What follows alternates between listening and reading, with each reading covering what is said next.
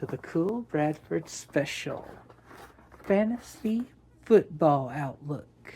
Yeah. So you need some help with your fantasy league. Get some advice from the cool man.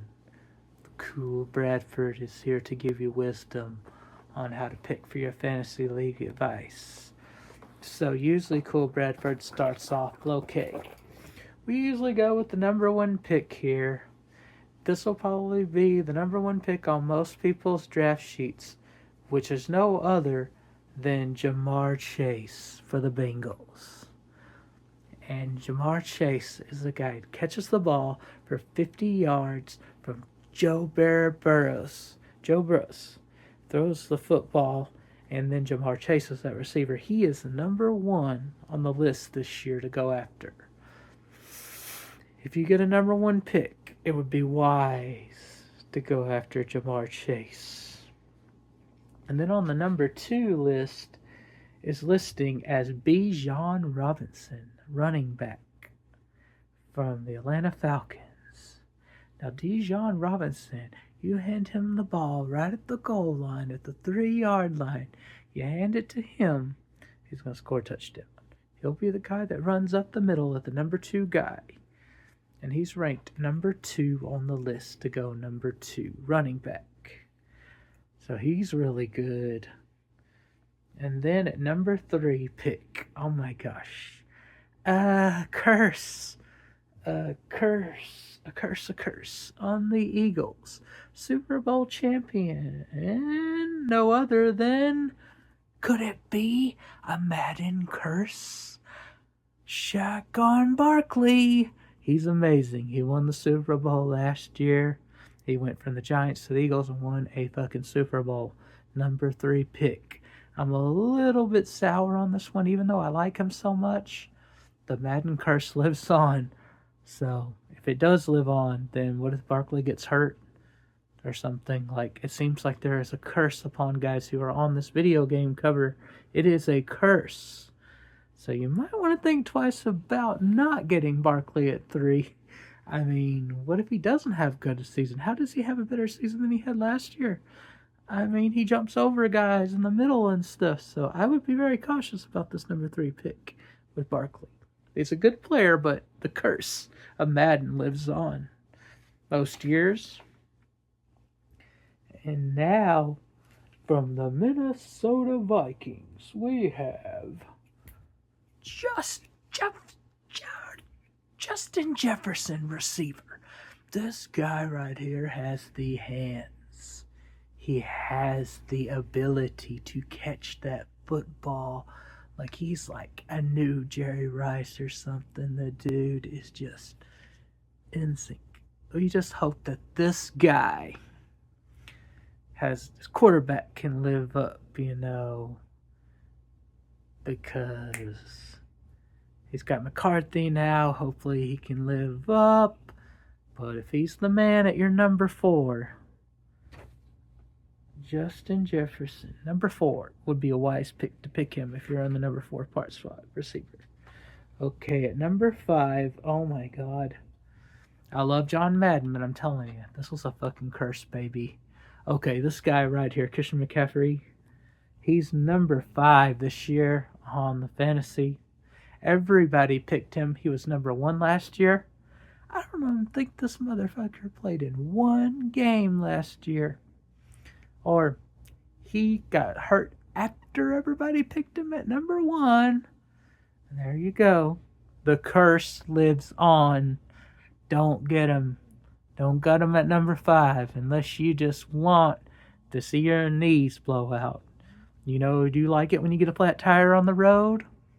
No. Now, he is a good player, but I'm kind of cautious about this one because of the Madden curse. This was this was last year, so the Madden curse lives on. Okay, so at number 6, which I don't know how confident I am about this, but number 6 is CeeDee Lamb. He's a great player, a great receiver. But at number 6, I mean, he's listed at number 6, right? He is good, but Dak Prescott's throwing him the ball. And if Dak's throwing in the ball, it'll be like, okay, that was 5 feet away from my face. That was 10 feet away from my face. The ball didn't get here. So as good as he is and ranked so high at number 5, I'd be a little cautious about getting him because he's Dak Prescott's receiver. And can Dak get the ball there? We're going to find out. So take it with a breath of wind. These are how they listed on there, so you can go by the special, program or whatever. Or you can listen to me, which I may be completely inaccurate. Okay, at number 7. This one's kind of an interesting one to me too. Malik Neighbors from the Giants. He's a good receiver, but I am kind of surprised that Malik Neighbors is at number 7. This is number 7 on the list. I'm not so sure I'd pick him at 7.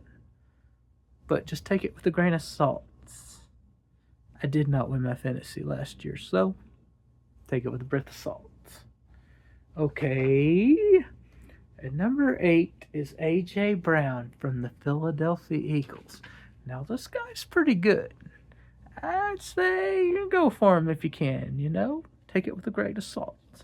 Number 8 on the top 10. Then, this guy has the coolest name ever. I cannot find my Rams helmet. His name is Tuka Matuka. Tuka Matuka. What a great name. Well, he is really good.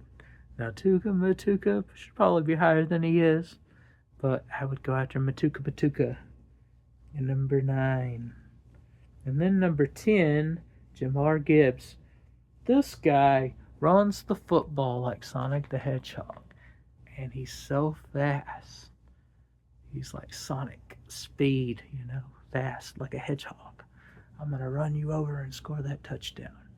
Now, he might be a prospect to take. So these are how they're listed. So I'm telling you exactly what the experts are telling you to do, but I'm also using the greatest salt that Cole Bradford has with this salt shaker. So you may not want to trust me with everything I tell you.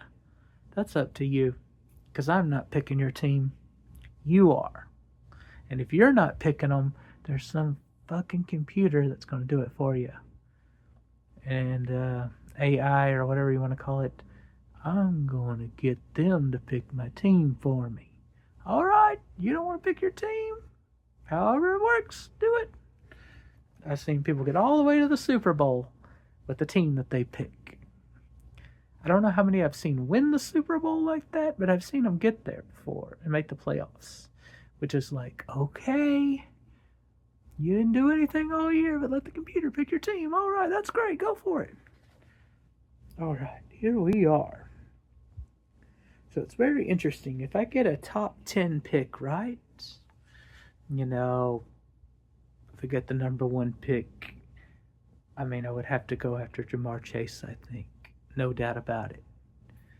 If I get like a 2 or 3, I might go after Robinson from the Falcons, Dijon Robinson.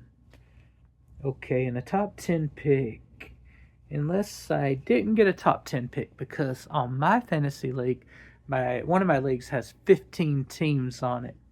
So it's hard to get a top 10 pick with that many people on your league, so it's almost like playing in the NFL. So you have to think outside of the box, So when you're doing the fantasy football. So none of the quarterbacks, there is not a quarterback in this fantasy draft that is ranked higher than 23. And that is kind of a little lower bar than I would expect, because I think the quarterback should get higher picked, honestly. But Josh Allen is at number 23. Now, I think I would pick him a lot higher than that if I was like a number 11 pick or later, or even a number 10 pick. I would be very cautious in my head if thinking, should I go for Malik Neighbors at receiver, or would I do Gibbs or Natuka or Brown? Would I think about maybe going for a Josh Allen or a Joe Burrows, maybe quarterback? Like a Mahomes, You know, would you go after Jaden Daniels or something? I mean, at the type, those top quarterbacks at the top, Oh, man. Like you start thinking, Jared Goff. Or like, okay, if I'm right on the edge of the top 10 pick, would I take a quarterback for the top 10? Not possibly. But if I was ranking on 10 to like 20 or 11 and down on picking like 14 or 15 or like 30, I would go, okay, maybe I should get a quarterback because there's always a lot of bust in this draft. And there's usually Madden curses all over the place and broken legs and injuries just waiting to happen. And sometimes it's when a player has a wonderful season, that next year may not be his best season. So it's very interesting out there. Okay, a much hated man. He's a good player, but he's probably really a sleeper in this league right now because he went to the Pittsburgh Steelers. Aaron Rodgers. I mean, I don't even know if he's listed on these top 100 players this year, which is crazy to think about A-Rod not even being on here. But he would definitely be a sleeper, I think. Are we going to get the Aaron Rodgers that won the Super Bowl with the Green Bay Packers? Are we going to get the Aaron Rodgers that looked like he came out of the earth and into his own asshole when he came to the Jets? I mean, I don't know what Aaron Rodgers we're going to get, His face is going to melt, or is he going to run out in the sunset like Tom Brady? I don't know if anyone has that kind of luck. Or is he going to pull a Peyton Manning, win in the end, and walk out in the sunset? So the quarterback issue is very interesting.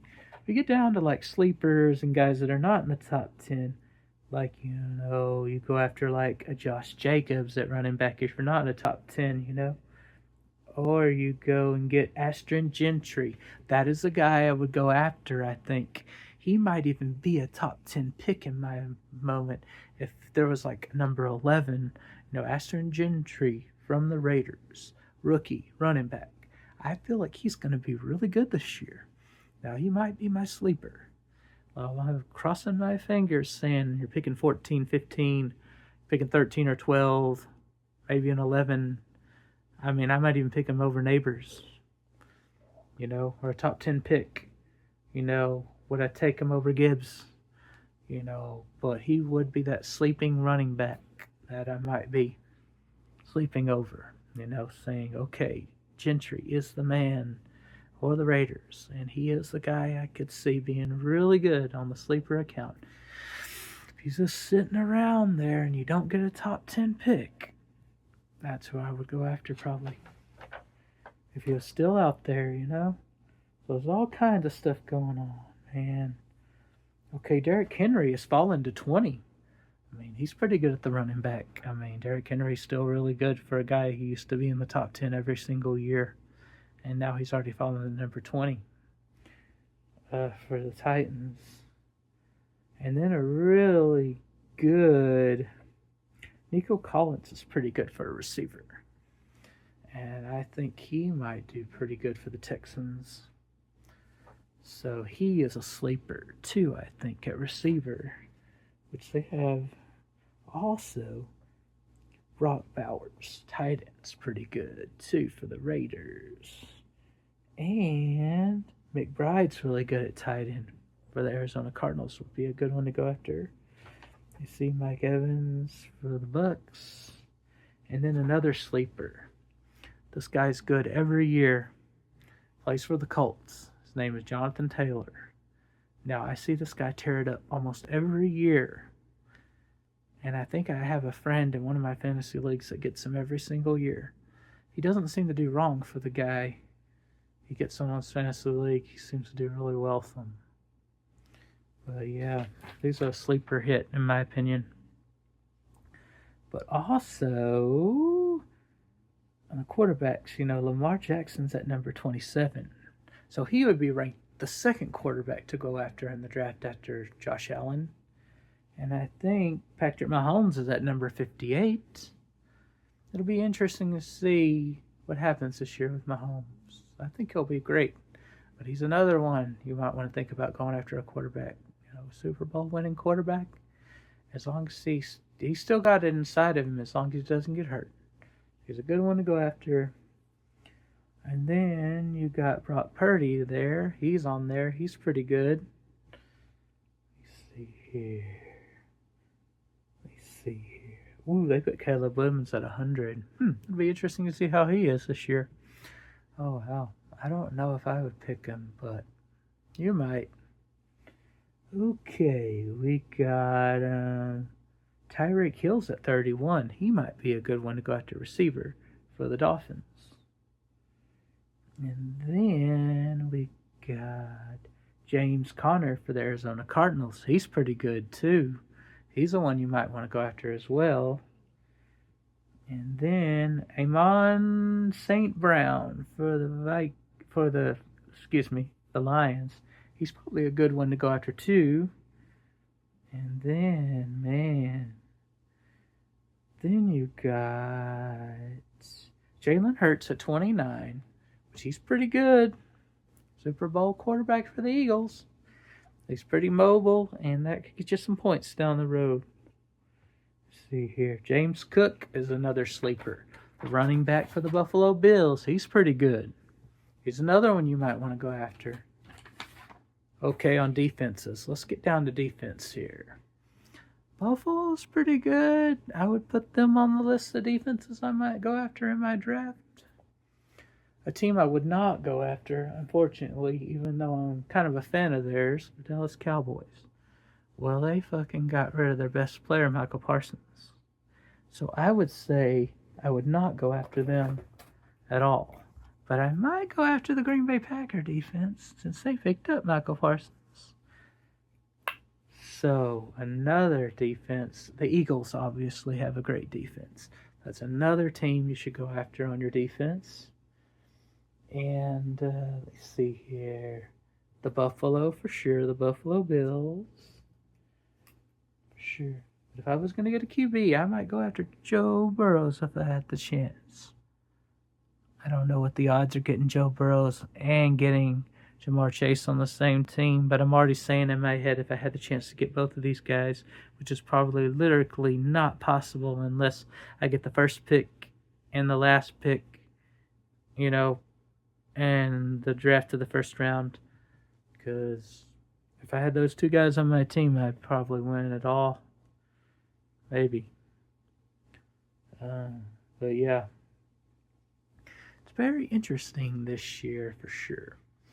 I'm glad to get to talk football with you guys. For real.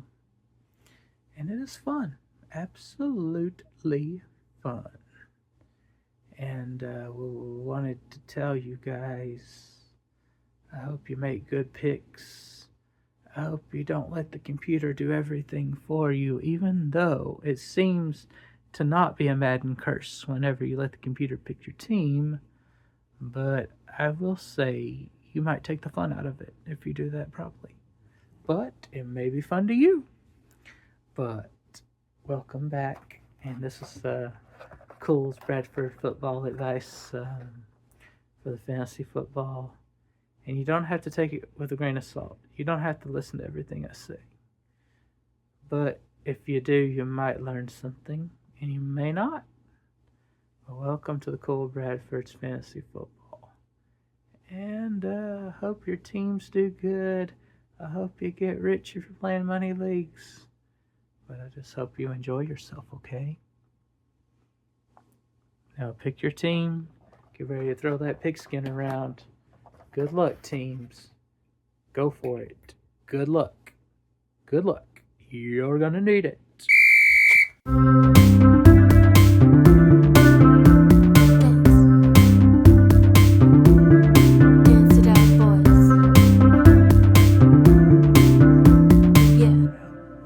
And yeah, that's it, I guess.